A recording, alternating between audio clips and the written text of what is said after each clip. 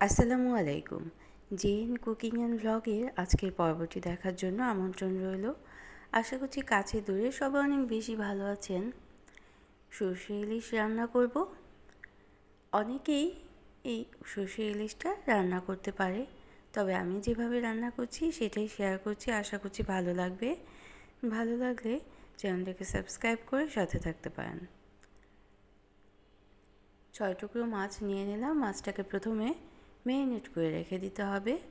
আধা চা চামচ লবণ এবং আধা চা চামচ হলুদের গুঁড়ো আর 1 চা চামচ সর্ষের তেল দিয়ে মাছটাকে আমি আধা ঘন্টার মতো ম্যারিনেট করে রেখে দেব। এই ম্যারিনেট করে রাখাটা কিন্তু অনেকই জরুরি, আর খুব ভালোভাবে মাছের গায়ে মশলাগুলোকে মিশিয়ে নিতে হবে। সর্ষের তেলটাও অবশ্যই দিয়ে দিতে হবে। আর সবার শেষে আমি চিলি ফ্লেক্স ছড়িয়ে দিলাম যাতে মাছটা একটু ঝাল ঝাল হয়। এখন একটা পেস্ট তৈরি করে নিতে হবে। এখানে 1 চা চামচ পরিমাণ কালো সর্ষে আর আধা চা চামচ পরিমাণ হলুদ সর্ষে আছে এবং কোয়াটা চা চামচ লবণ এবং 2টো কাঁচামরিচ দিয়ে একটা মিক্সার জারে আমি মিহি করে পেস্ট করে নেব। যেহেতু মিক্সার জারে মিহি পেস্ট হয় না, তাই আমি এভাবে করে একটু ছেঁকে নিয়েছি। ছেঁকে উপরে যে ছোবড়াটা ছিল সেটা ফেলে দিলাম এবং রসটা নিয়ে নিলাম। এভাবে করে রসটা নিয়ে সর্ষে ইলিশটা রান্না করলে এটা কিন্তু খেতে অসম্ভব মজাদার হয়। একবার ট্রাই করে দেখতেই পারেন।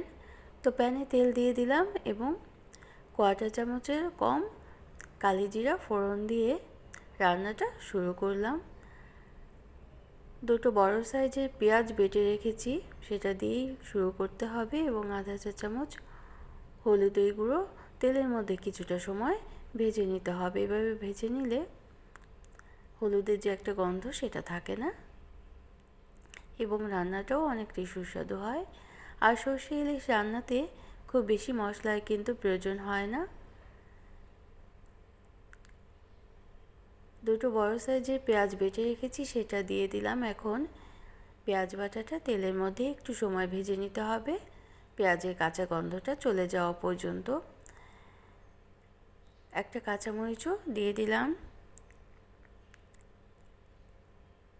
তো এখন একটু পানি দিয়ে আমি পেঁয়াজ বাটাটা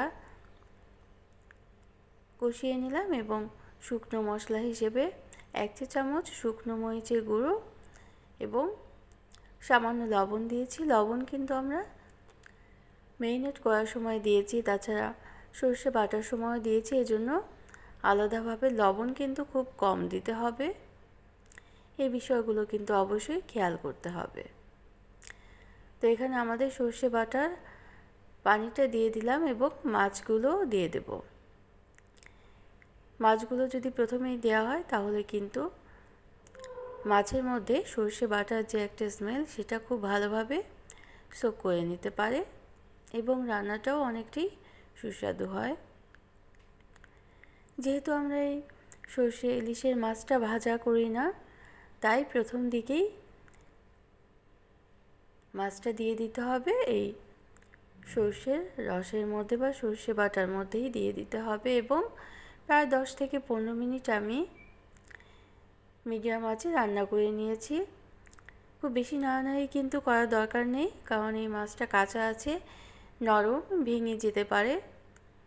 এজন্য হালকাভাবে উল্টে দিতে হবে আর প্রয়োজনে প্যানটাকে ঘুরিয়ে দিতে হবে। এভাবে প্যানটাকে ঘুরিয়ে দিলে নিচে লেগে যাওয়ার কোনো সম্ভাবনা থাকবে না। তো 15 মিনিট রান্না করে নেওয়ার পর আমাদের মাছটা কিন্তু আমি বারে উল্টে রান্না করে নিয়েছিলাম। ভালোভাবে রান্না হয়ে গিয়েছে এবং সর্ষে বাটার যে পানিটা ছিল সেটা শুকিয়ে ইলিশ মাছগুলো সোক করে নিয়েছি এবং খুব সুস্বাদু একটা মাছ আমরা কিন্তু পেয়েছি। এখন ঝোলের পানি দিতে হবে যার যার প্রয়োজন মতো। যতটুকু ঝোলের পানি খেতে পছন্দ করেন ততটুকুই দিয়ে নিতে হবে। আর এই পর্যায়ে অবশ্যই 1 চা চামচ সরষের তেল দিয়ে দিতে হবে। তো 1 চা চামচ সরষের তেল দিয়েও আমি তেলের মধ্যে এবং সর্ষে বাটার মধ্যে মাছটাকে ভালোভাবে নেড়ে চেড়ে নিতে হবে।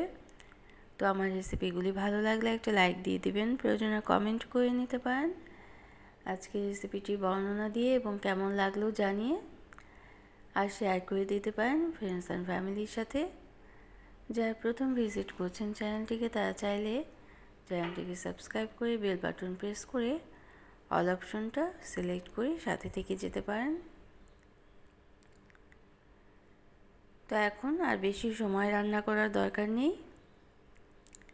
এভাবে করে নেড়ে আধা কাপ পরিমাণ ঝোলের পানি আমি দিয়ে দেব। 2 মিনিট রান্না করে আমরা পরিবেশন করে নেব আমাদের আজকে সুস্বাদু সর্ষে ইলিশ রান্না। কেমন লাগলো অবশ্যই কিন্তু কমেন্ট করে জানাতে পারেন।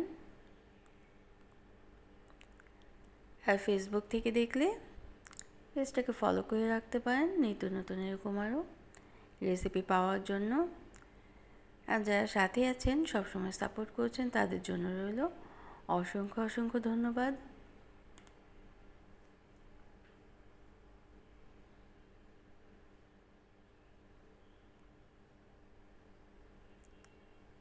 এভাবে করে একদিন সর্ষে ইলিশটা রান্না করে দেখবেন, খেতে অবশ্যই মজাদার হবে।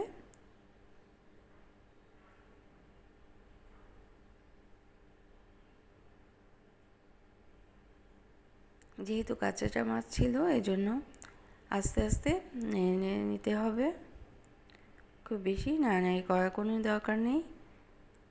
তো সবাই অনেক বেশি ভালো থাকবেন, আমাদের জন্য দোয়া করবেন। অন্য কোনো দিনে অন্য কোনো রেসিপি নিয়ে আসবো আবার। সেই পর্যন্ত থ্যাঙ্কস ফর ওয়াচিং।